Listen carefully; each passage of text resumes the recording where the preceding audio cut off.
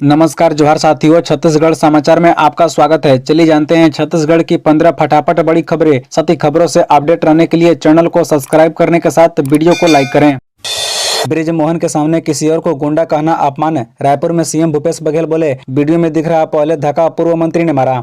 रायपुर में पूर्व मंत्री पर हुए हमले को लेकर सीएम भूपेश बघेल बोले, बृजमोहन पर कोई हमला नहीं कर सकता। वीडियो में दिख रहा है कि उन्होंने पहले धक्का मारा है। नरेंद्र मोदी जैसे नेता को जो टेबल के नीचे घुसने पर मजबूर कर दे, उसे कोई धमकी दे सकता है क्या? बृजमोहन के सामने किसी को गुंडा कहना गुंडा शब्द का अपमान है। भूपेश बघेल ने आगे कहा कि बृजमोहन चुनाव में पिछड़ रही हैं, इसलिए सांप्रदायिक सौहार्द बिगाड़ने की कोशिश कर रही हैं, लेकिन वो कामयाब नहीं होंगे। इन सारी चीजों से कोई फर्क पड़ने वाला नहीं है। दरअसल आपको बता दें कि रायपुर दक्षिण से विधायक बृजमोहन अग्रवाल के ऊपर गुरुवार देर शाम हमला कर दिया गया। उनका कॉलर पकड़कर घसीटा गया और मारपीट की गई। बता दें कि बृजमोहन अग्रवाल प्रचार के लिए बैजनाथ पारा पहुंचे थे। अग्रवाल ने आरोप लगाया कि एजाज डेबर और अनवर डेबर के लोग उनकी हत्या करवाना चाहते थे।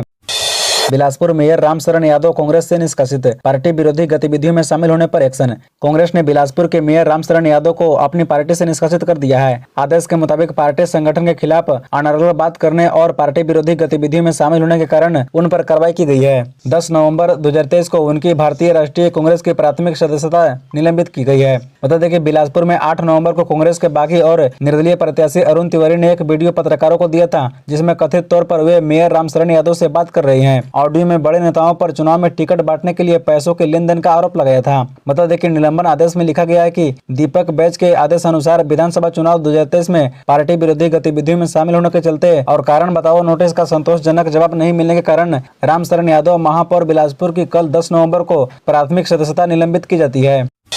अमरजीत भगत बोले, विश्वासघात हुआ तो राजनीति छोड़ दूंगा। एल्यूमिना प्लांट और गांव वालों में से किसी एक को चुनने के सवाल पर कही है बात।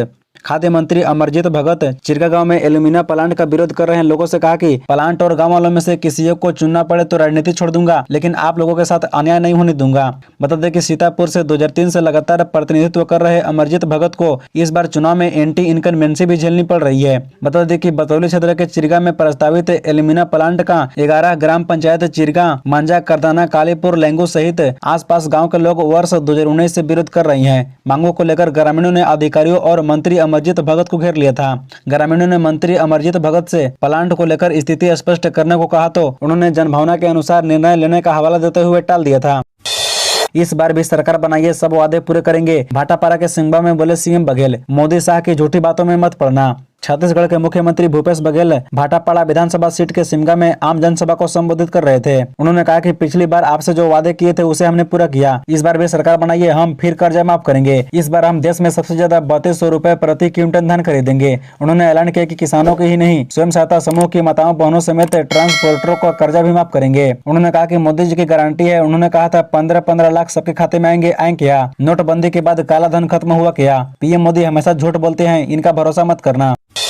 छत्तीसगढ़ में किसका खेल बिगाड़ सकती है भाजपा? मायावती के इस बयान से समझिए पूरी कहानी।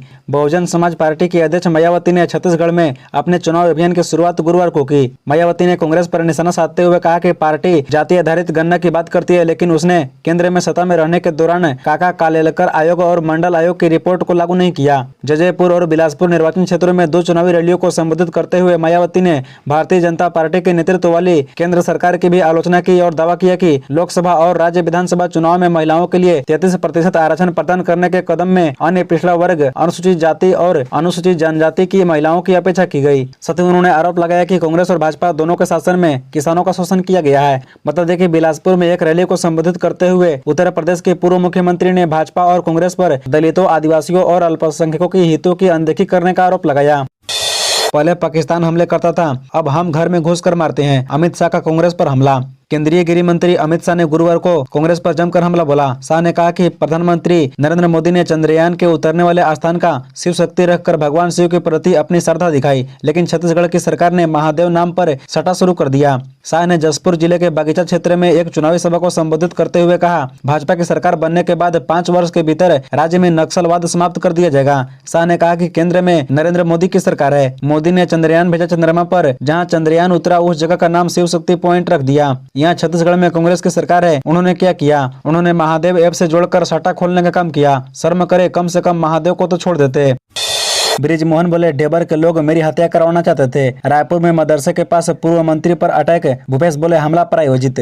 छत्तीसगढ़ भाजपा के वरिष्ठ नेता और रायपुर दक्षिण से विधायक बृजमोहन अग्रवाल के ऊपर गुरुवार देर शाम हमला कर दिया गया। इस दौरान उनका कलर पकड़कर घसीटा और मारपीट की। बृजमोहन अग्रवाल प्रचार के लिए बैजनाथ पारा पहुंचे थे। अग्रवाल ने आरोप लगाया है कि एजाज डेबर और अनवर डेबर के लोग उनकी हत्या करवाना चाहते थे। वहीं सीएम भूपेश बघेल ने इसे प्रायोजित बताया है। मामले में एक पर एफआईआर दर्ज किया गया है। इसकी जानकारी मिलने पर हजारों की संख्या में उनके समर्थक कोतवाली थाने में पहुंच गए। करीब 4 घंटे तक नारेबाजी और प्रदर्शन चलता रहा। मौके पर पहुंचे पूर्व सीएम डॉक्टर रमन सिंह ने कार्यकर्ताओं से धरना प्रदर्शन खत्म करने का आग्रह किया। इसके बाद हनुमान चालीसा का पाठ किया गया और फिर समर्थक वहां से निकले। मेरे नाम का मतलब शिव होता है, मल्लिकार्जुन खड़गे बोले। क्या बीजेपी ने हिंदुओं का ठेका ले रखा है? कांग्रेस के राष्ट्रीय अध्यक्ष मल्लिकार्जुन खड़गे ने छत्तीसगढ़ में चुनावी रैली को संबोधित किया। बैंकुठपुर में जनसभा को संबोधित करते हुए उन्होंने कहा कि 5 राज्यों के विधानसभा चुनाव में उनकी पार्टी के उम्मीदवार भाजपा के 3 उम्मीदवार ईडी, सीबीआई और इनकम टैक्स विभाग से चुनाव लड़ रही हैं। खड़गे ने छत्तीसगढ़ के कोरिया जिले के बैंकुठपुर में एक चुनावी रैली को संबोधित करते हुए कहा, भाजपा के दिमाग में है कि उसने हिंदुओं का ठेका लेकर बैठा हुआ है, लेकिन क्या हम हिंदू नहीं है? मेरा नाम मल्लिकार्जुन है, जिसका मतलब होता है शिव। कांग्रेस अध्यक्ष ने कहा कि 5 राज्यों में विधानसभा चुनाव चल रहा है। हमारी पार्टी का नेता पार्टी का प्रचार कर रही हैं, लेकिन वे लोग ईडी और इनकम टैक्स विभाग के माध्यम से हमारे प्रत्याशियों और उनके रिश्तेदारों पर हमला कर रही हैं। 66 करोड़ से अधिक की नकदी व सामग्री बरामद, आचार संहिता लगने के बाद सख्त कार्रवाई। छत्तीसगढ़ के विधानसभा चुनाव को देखते हुए प्रशासन सख्ती के साथ कार्रवाई कर रहा है। प्रशासन ने अवैध धन राशि और सामान का परिवहन करने वाले मामले में प्रशासनिक अमले ने सख्त कार्रवाई की है और अब तक 66 करोड़ रुपए से ज्यादा की नकदी और सामग्री बरामद की गई है। मुख्य निर्वाचन पदाधिकारी कार्यालय से प्राप्त जानकारी के अनुसार प्रवर्तन एजेंसियों द्वारा निगरानी के दौरान 66 करोड़ से ज्यादा की सामग्री व नकदी बरामद की। इसमें 47,371 लीटर अवैध शराब जब्त की गई है, जिसकी कीमत 1 करोड़ 35 लाख रुपए है।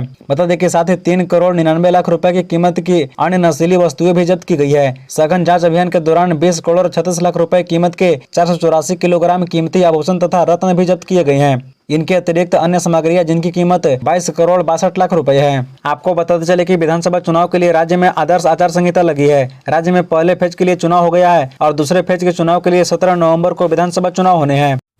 बिलासपुर से कांग्रेस प्रत्याशी शैलेश पांडे को नोटिस, आचार संहिता के उल्लंघन का मामला 24 घंटे में मांगा जवाब। बिलासपुर जिले में आदर्श आचार संहिता उल्लंघन के मामले में कांग्रेस प्रत्याशी शैलेश पांडे को नोटिस जारी किया गया है। रिटर्निंग ऑफिसर सुभाष सिंह राज ने नोटिस जारी कर शैलेश पांडे से 24 घंटे के भीतर जवाब मांगा है। रिटर्निंग अफसर कार्यालय से मिली जानकारी के अनुसार शिकायत के आधार पर कार्रवाई की गई है। शिकायत पत्र में कहा गया है कि कांग्रेस प्रत्याशी शैलेश पांडे द्वारा विधानसभा क्षेत्र के मंदिर चौक से लेकर सीधी रोड कॉलोनी, भक्त कंवर राम रोड, मुख्य मार्ग और अयोध्या नगर, डॉक्टर घाटगे नर्सिंग होम, सीधी कॉलोनी बिलासपुर में बिजली के खंभों पर बैनर पोस्टर लगाए गए हैं। इसके अलावा मेन रोड पर बैनर पोस्टर से प्रवेश द्वार बनाया गया है, जो आदर्श आचार संहिता का उल्लंघन है। आयुक्त नगर निगम बिलासपुर से मिले प्रतिवेदन के आधार पर शिकायत की पुष्टि भी हो रही है। उनका यह कृत्य आदर्श आचार संहिता एवं क्षय संपत्ति विरूपण अधिनियम 1994 का उल्लंघन है। इसलिए प्रत्याशी शैलेश पांडे को निर्देशित किया गया है कि सार्वजनिक संपत्तियों पर किए गए विरूपणों को तत्काल हटाना सुनिश्चित करे और इस संबंध में अपना स्पष्टीकरण नोटिस प्राप्ति के 24 घंटे के भीतर रिटर्निंग अफसर के सामने पेश करें। इसी तरह रोजाना खबरों से अपडेट रहने के लिए इस चैनल को सब्सक्राइब कर बेल आइकन को भी प्रेस कर दीजिए। धन्यवाद।